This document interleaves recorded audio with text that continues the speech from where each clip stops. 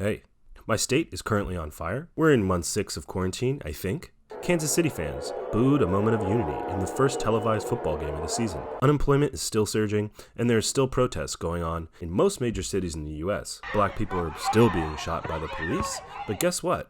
Not everything sucks. Today, we're here to talk about some hidden gems. There are tons of movies available on streaming that go completely unnoticed, but are pretty good. These hidden gems almost never see the acclaim of other movies, but sometimes they really deserve it. In this series of videos, I'm not talking about the best films or the most regarded films, but those movies that just kind of go under the radar. So this week's hidden gem is Time Trap. Here's a trailer. So tell us about this school project. We're teaching assistants for Professor Hopper. These hippies went missing back in the 70s. Hopper went on this massive search for the van they left in the day they went missing.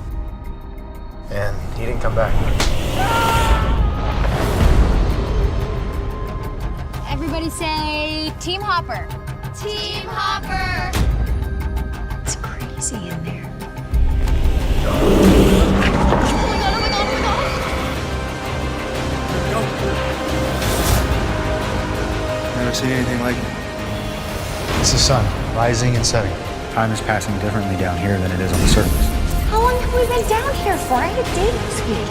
We've been here weeks, maybe months already. We have to get out of here. Kara, look up!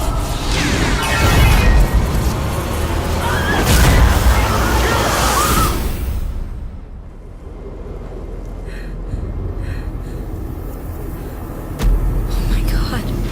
So Time Trap is definitely not the best movie, but I personally really enjoyed it. And I think others out there might as well. It kind of suffers from really tough acting, let's just say. A friend suggested this movie to me, and I was almost ready to turn it off when I realized it just might be this college kid adventure thing. But you should stick with this one, because it goes to some absolutely wild places.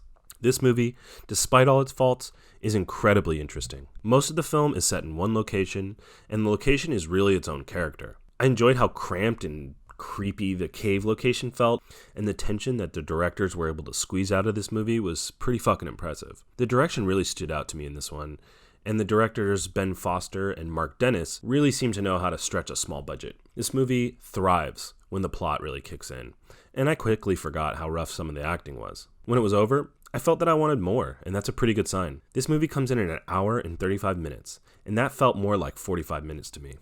The ideas and imagery in this movie are downright fantastic, and I would love to see what these guys do with a larger budget, which I really hope happens for them. If you're into sci-fi movies and TV shows, and if you're used to seeing smaller movies and can handle the first 15 minutes of this thing, this is definitely a recommendation. You can check out this movie on Netflix, and I suggest you do it before it disappears. Check back in on the channel to get more hidden gem suggestions every week, and follow me on Letterboxd to read some of my reviews.